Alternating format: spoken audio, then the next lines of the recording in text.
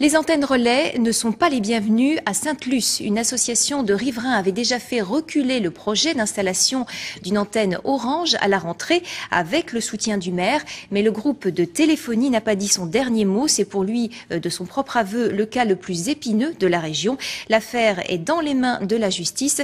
Et en attendant, la fronde se durcit. Un grand rassemblement national aura lieu demain, cours des 50 otages à 14 h. Jean-Pierre Brénuchon et Daniel Le Floch.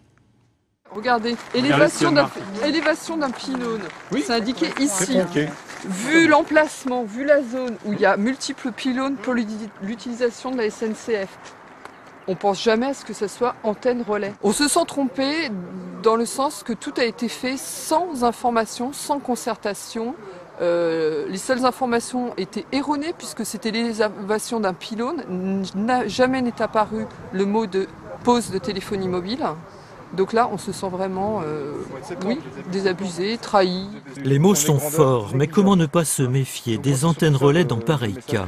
Comme si l'installation de ce pylône de 25 mètres de haut était pour Orange, l'opérateur de téléphonie mobile, une simple formalité. La société Orange n'a jamais répondu à nos courriers demandant une concertation, une négociation, puisque la mairie a d'autres terrains à proposer.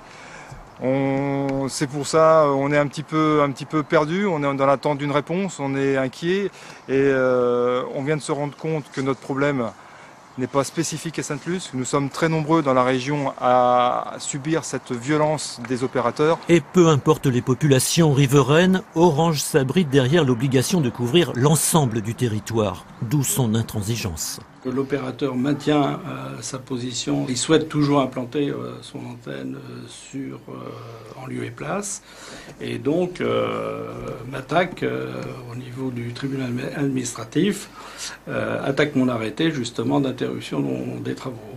Nous en sommes là pour ce qui concerne Orange qui ne veut absolument rien savoir. Mais le collectif de Sainte-Luce et l'association Robin des Toits mobilisent. La manifestation nantaise aura un écho national.